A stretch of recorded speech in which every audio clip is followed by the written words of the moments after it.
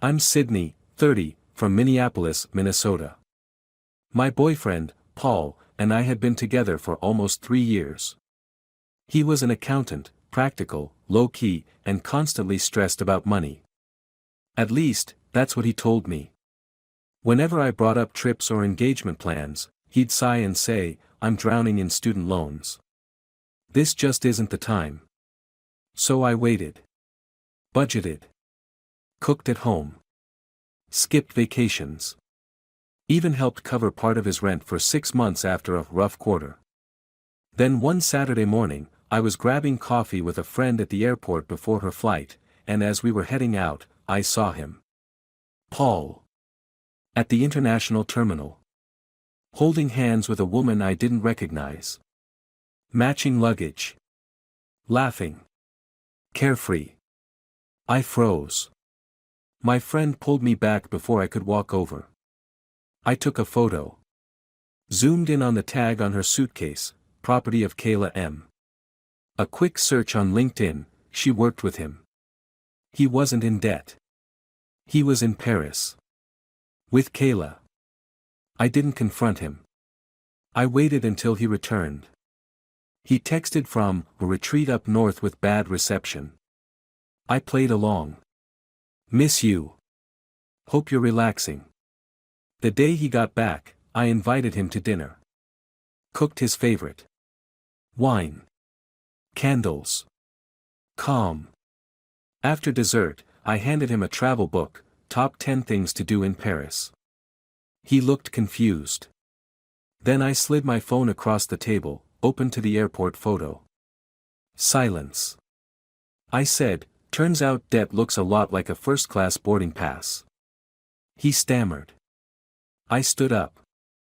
"Rent's due next week. Good luck explaining that to Kayla." Blocked. Gone. Lesson learned. Next time someone cries poor, I'll be checking flight status first. I met Paul on a rainy October evening at a friend's housewarming party in downtown Minneapolis. He was standing by the makeshift bar, mixing drinks with the precision of someone who counted for a living. Our eyes met across the room, and he smiled, a genuine, warm smile that made the dimple in his left cheek appear. Something about his understated confidence drew me in. "Let me guess," he said as I approached. "You look like a gin and tonic kind of woman." I laughed. "Actually, whiskey sour." He raised an eyebrow, impressed. "A woman who knows what she wants. I like that." That night, we talked for hours. Paul was an accountant at Riverside Financial, one of the biggest firms in the Twin Cities. He spoke passionately about his work, the satisfaction of balancing complex numbers, helping clients navigate financial difficulties. There was something endearing about his enthusiasm for such a supposedly dry profession. Our relationship developed slowly but steadily. Weekend brunches turned into movie nights, which evolved into keeping toothbrushes at each other's apartments. By month 6, we were practically living together at my place in Uptown. Paul was everything I thought I wanted, stable, thoughtful, and seemingly transparent about his life and goals. "I've always been careful with money," he told me one night as we reviewed our monthly budgets together, a ritual he suggested early in our relationship. "Growing up in Duluth with a single mom who worked 3 jobs will do that to you." I found his financial responsibility admirable. When he mentioned his student loans, nearly 6 figures from undergrad and my master's, I didn't question it. It explained why he lived modestly despite his professional success. By our first anniversary, I was deeply in love. We celebrated at a small Italian restaurant near Lake Calhoun. Nothing fancy, Paul had apologized, explaining that his loan payment had just increased. "Someday," he promised, taking my hand across the table, "I'll take you somewhere amazing. Rome, maybe. Or Paris."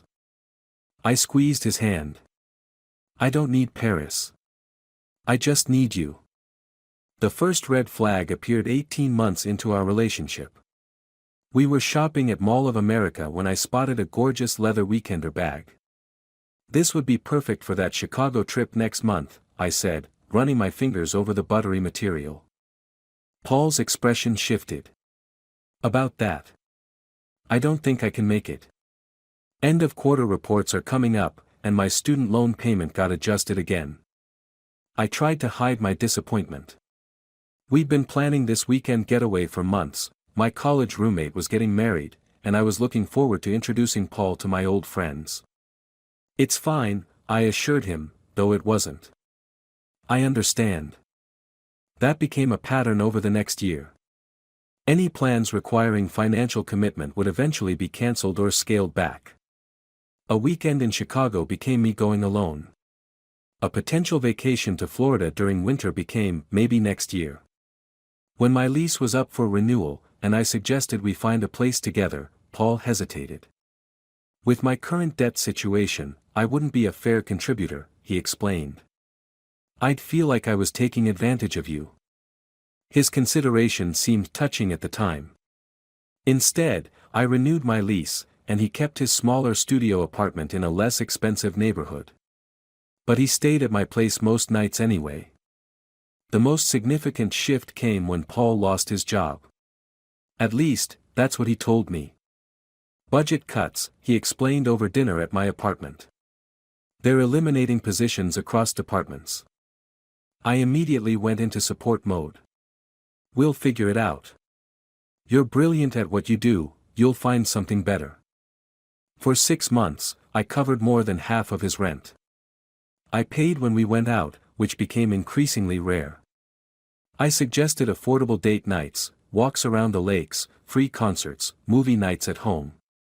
I even dipped into my savings to help him through what he called the rough patch. During this time, Paul claimed to be applying for jobs daily. Sometimes, he'd come home late, saying he'd been networking or at interviews. I believed him, why wouldn't I? He'd always been so responsible, so concerned about financial stability. Then, miraculously, he got his job back. They realized they cut too deep, he explained, relief evident in his voice. They're bringing back key personnel. I was thrilled for him, expecting our lifestyle to return to normal. But nothing changed. He was still careful with money, still talked about his crushing debt. When I brought up the possibility of engagement after nearly 3 years together, he looked pained. Sydney, you know I want that with you. But I need to be financially stable first. It wouldn't be fair to start a marriage with this much debt. I understood. Or thought I did. I loved his responsible approach, his refusal to begin our life together on shaky financial ground. So I waited. Patient. Supportive. Completely unaware that I was being played for a fool. The truth revealed itself on an ordinary Saturday morning. My college friend, Amber, had an early flight to Seattle, and I offered to drive her to Minneapolis-St. Paul International Airport. After seeing her off, we decided to grab coffee at the airport cafe before I headed home. One more cappuccino for the road? Amber suggested. My treat, since you saved me an Uber fare. We were walking toward the exit, coffee cups in hand, when I saw him. Paul. My Paul. In the international terminal, standing in the first-class check-in line. He wasn't alone. The woman beside him was tall, blonde, and model gorgeous. She leaned into him, laughing at something he said. His arm was wrapped around her waist possessively. They had matching luggage, expensive-looking Tumi suitcases that probably cost more than a month of my rent. Sydney. Amber's voice sounded distant. Are you okay? You look like you've seen a ghost. I couldn't speak. Couldn't move.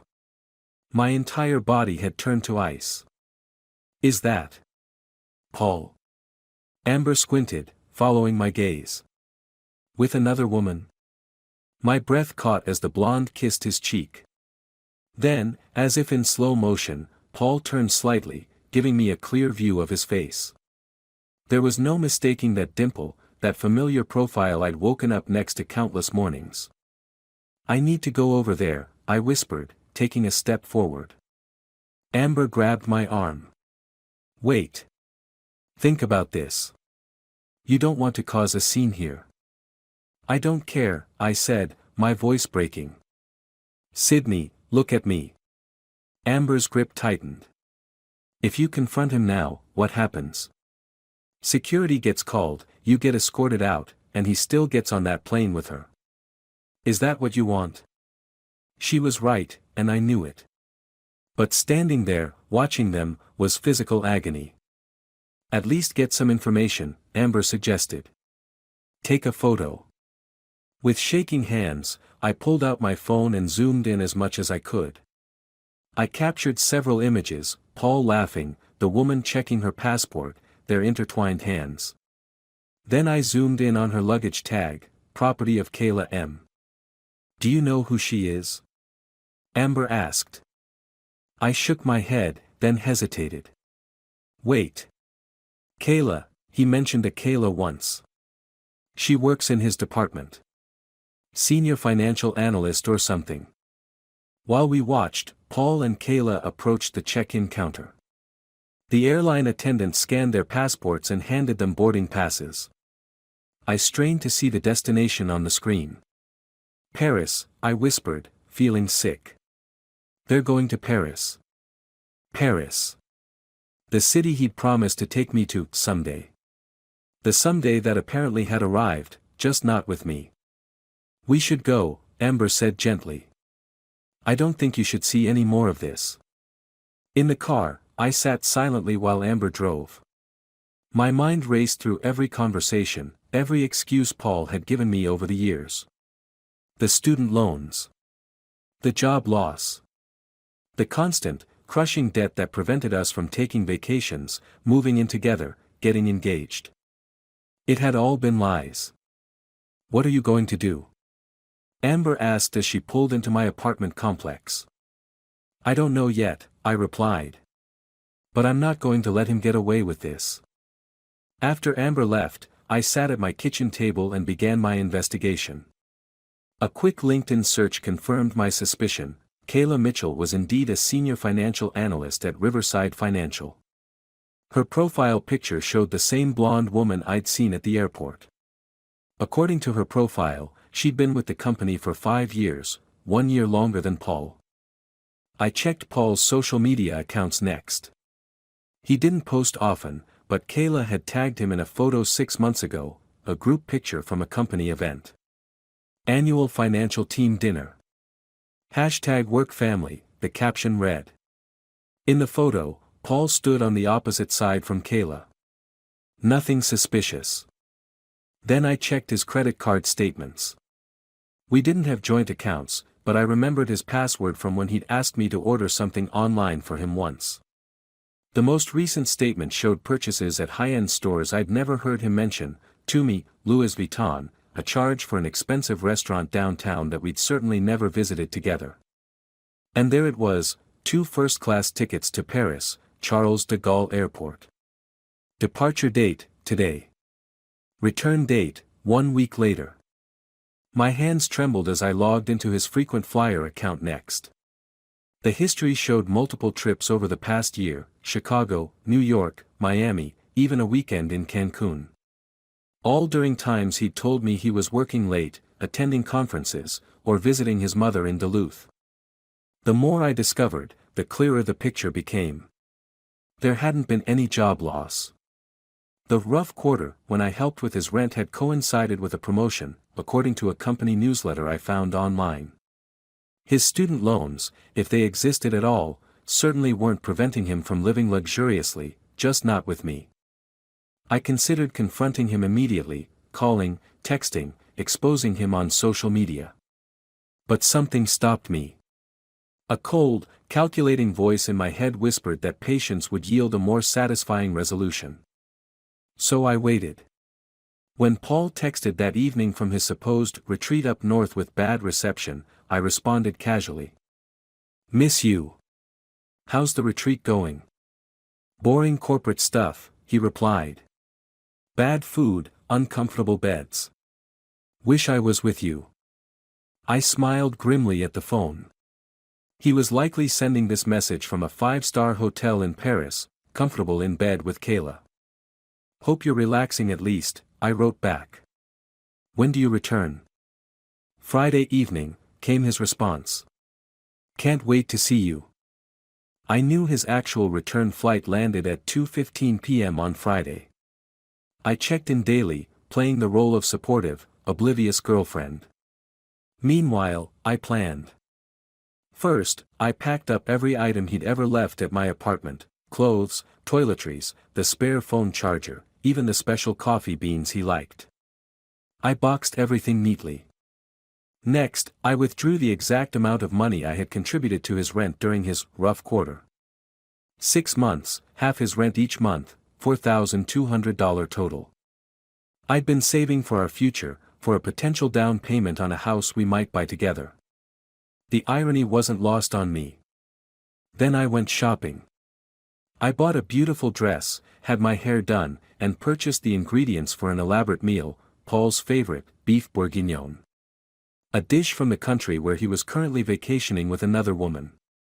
I also stopped at a bookstore and found the perfect final touch: Top 10 Things to Do in Paris. On Friday, I texted him, "Let me cook for you tonight. I've missed you." "Sounds perfect," he responded. "Can't wait.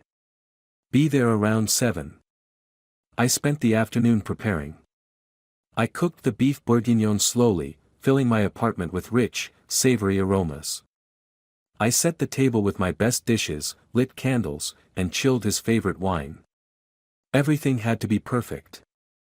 At 6:55 p.m., my doorbell rang. I took a deep breath, checked my reflection in the mirror, and went to answer it. Paul stood there, looking tanned and well-rested. Not at all like someone who'd been at a corporate retreat in northern Minnesota. He held a small gift bag. "For you," he said, kissing me. "A little something from the retreat gift shop." I peeked inside. A small wooden loon ornament, typical Minnesota souvenir. He'd probably bought it at the airport on his way back. "It's lovely," I lied, leading him inside. "Dinner's almost ready." Throughout the meal, I let him talk. He told elaborate stories about team-building exercises, boring presentations, and terrible cafeteria food. I nodded, smiled, asked appropriate questions. I poured more wine. I served dessert, crème brûlée that I'd spent hours perfecting. "This is incredible," he said, scraping his spoon against the dish. "You've outdone yourself." "I wanted tonight to be special," I replied, my heart pounding. "I have something for you." I reached beside my chair and handed him the book, Top 10 Things to Do in Paris. He looked confused, turning the guidebook over in his hands. "Paris?" "Yes," I said calmly. "I thought it might come in handy. For your next trip." His brow furrowed. "I don't understand." That's when I slid my phone across the table, open to the airport photo. Paul with Kayla. The matching luggage. Their intertwined hands. His face drained of color. "Turns out debt looks a lot like a first-class boarding pass," I said, my voice steady despite the thunder of my heartbeat. He stammered, "Sydney, I can explain." "Save it," I interrupted. "I know everything, Paul. The trips, the shopping, the promotion. What I don't know is why you lied. Why pretend to be broke? Why make me wait for years while you lived a double life?" He stared at the table, unable to meet my eyes. "It's complicated." "No," I said. "It's actually very simple. You're a liar and a cheat." I stood up and walked to the closet, returning with the box of his belongings and the envelope of cash. I placed both on the table. "Your things. And the $4,200 I contributed to your rent during your rough quarter. Apparently, the quarter when you got promoted." Paul's face showed panic now. "Sydney, please, let me explain. Kayla doesn't mean anything." "Stop." I held up my hand. "I don't care what she means to you. What I care about is the 3 years I wasted believing in you, supporting you, putting my life on hold for you. He reached for my hand, but I pulled away. "Rent's due next week," I said coldly. "Good luck explaining that to Kayla." "What do you mean?" he asked, his voice small. "I called your landlord yesterday. Told him I'd been covering your rent because I'm such a supportive girlfriend. He was surprised to hear that, considering you told him 3 months ago that you were moving in with your fiancée." I smiled thinly. "I'm assuming that's Kayla, since it certainly isn't me." The color drained from his face. "You didn't. I also took the liberty of dropping off copies of your vacation photos to your mother in Duluth yesterday. You know, the mother you supposedly visit once a month but haven't actually seen in over a year, according to her. She was quite interested to learn about your financial situation." Paul stood up, knocking over his wine glass. Red liquid spread across the white tablecloth like blood. "You had no right." "No right?" I laughed bitterly. "You stole 3 years of my life with your lies. You took my money under false pretenses. You made me believe I wasn't good enough for vacations, for engagement, for a future, all while living that future with someone else." He started to speak, but I cut him off. "Here's what happens now. You're going to take your things and leave. You're going to delete my number, remove me from social media, and never contact me again. If you do, I'll send every screenshot, every photo, every piece of evidence I've collected to everyone at Riverside Financial, including the partners who think so highly of you." Paul stared at me, his face a mixture of shock and fear. "You wouldn't." "Try me," I said, my voice deadly calm. "I have nothing left to lose." He gathered the box slowly, leaving the envelope of cash untouched. "Take the money," I insisted. "Consider it the price of the lesson you taught me." After a moment's hesitation, he took the envelope. At the door, he turned. "For what it's worth, I did love you." "Not worth much," I replied. "Not worth anything at all." After he left, I poured myself another glass of wine and blocked his number. Then I blocked him on every social media platform. I forwarded his emails to spam. I erased every digital connection between us. The next day, I called my landlord and arranged not to renew my lease. I applied for a job transfer to the Chicago office of my company, something I'd considered for years but never pursued because Paul claimed he couldn't relocate due to his job and debt situation. 2 weeks later, I received a letter from Paul, actual paper mail, his last resort after discovering I'd blocked him everywhere else. I recognized his handwriting on the envelope. Without opening it, I dropped it into the shredder. Some betrayals can't be explained away. Some apologies come too late. The hardest part wasn't losing Paul, it was losing the person I thought he was, the relationship I thought we had. The future I had planned around a man who didn't actually exist. 6 months later, I moved to Chicago. New city, new apartment, new beginning. I still check flight statuses sometimes, a habit born from suspicion. I'm more careful now, more guarded with my trust and my heart. But I'm also stronger. I know what I'm worth, and I no longer wait for promises that might never materialize. I've learned that sometimes, the most valuable currency isn't dollars or euros, it's truth. Next time someone cries poor, I'll be checking flight status first.